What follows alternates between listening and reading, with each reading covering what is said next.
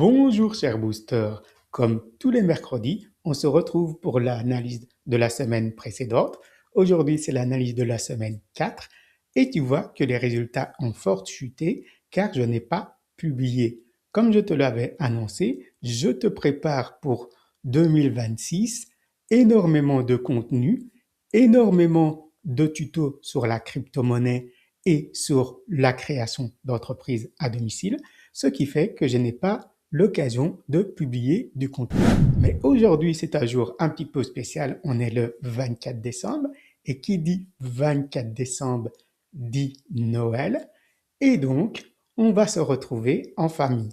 Pour certains, c'est un jour saint. Pour moi, c'est simplement l'occasion de me retrouver avec une partie de mes 9 frères et sœurs, une partie de mes vingtaines de neveux et surtout mes parents. On dit que l'argent ne fait pas le bonheur. Pourtant, en cette période de fête, on dépense sans compter pour s'offrir le meilleur Noël possible avec sa famille. Avant de comprendre que l'argent n'était pas réel et était une énergie comme une autre, donc qui pouvait être utilisée pour se faire du bien ou pour se torturer, je ne comprenais pas bien ce genre de comportement. Pourquoi l'argent dans la plupart des familles est un sujet tabou? Pourquoi, quand on donne de l'argent de poche à nos enfants, on ne leur explique pas comment le faire fructifier, mais on les laisse utiliser cet argent pour des soirées, pour des gadgets, etc. Des choses qui, sur le long terme, n'apportent rien de concret. Pourquoi, quand on reçoit notre paye, après avoir payé les charges utiles, notre premier réflexe, c'est de s'acheter des bijoux, d'aller en soirée, dans des cafés, donc d'utiliser notre argent pour des objets court terme et non pour l'investir ou pour trouver des opportunités à développer pour que notre argent puisse fructifier.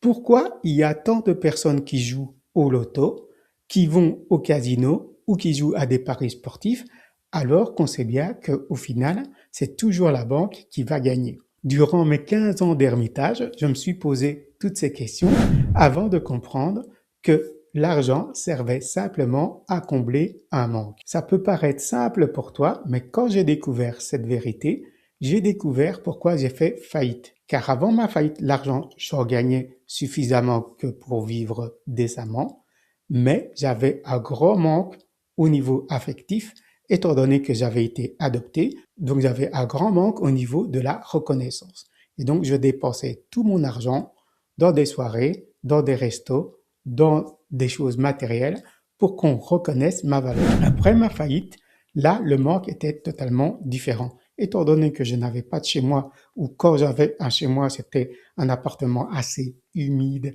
et l'hiver où je ne pouvais pas me chauffer et manger correctement. Là, une fois que j'ai recouvert des moyens financiers normaux, un appartement normal, le manque était surtout au niveau de la nourriture et me créer un cadre de travail décent, correct et surtout apaisant.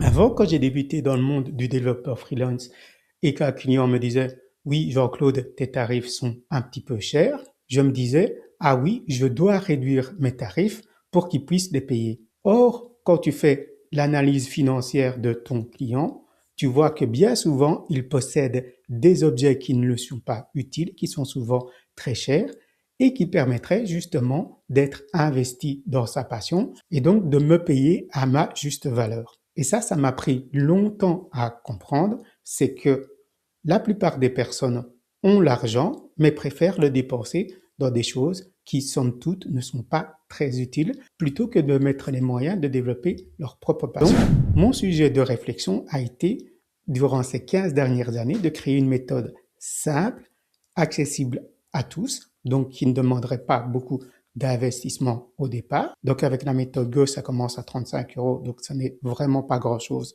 ici en Europe. En Afrique, ça peut paraître un petit peu plus, mais si on se donne les moyens, on peut trouver l'argent pour qu'ensuite ils aient une méthode étape par étape où ils ne prennent aucun autre risque financier.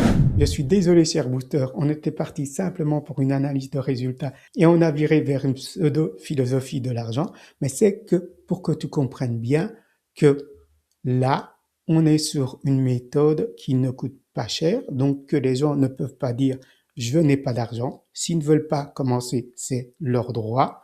Mais simplement, ce qu'il faut, c'est de l'huile de coude. Donc, c'est passer à l'action, dépenser du temps pour se former et pour développer sa passion en maîtrisant les outils. Je te souhaite une excellente émancipation financière, cher Rooster, et je te souhaite un excellent Noël. Profite bien de ta famille et on se retrouve la semaine prochaine pour l'analyse des résultats de la semaine numéro 5.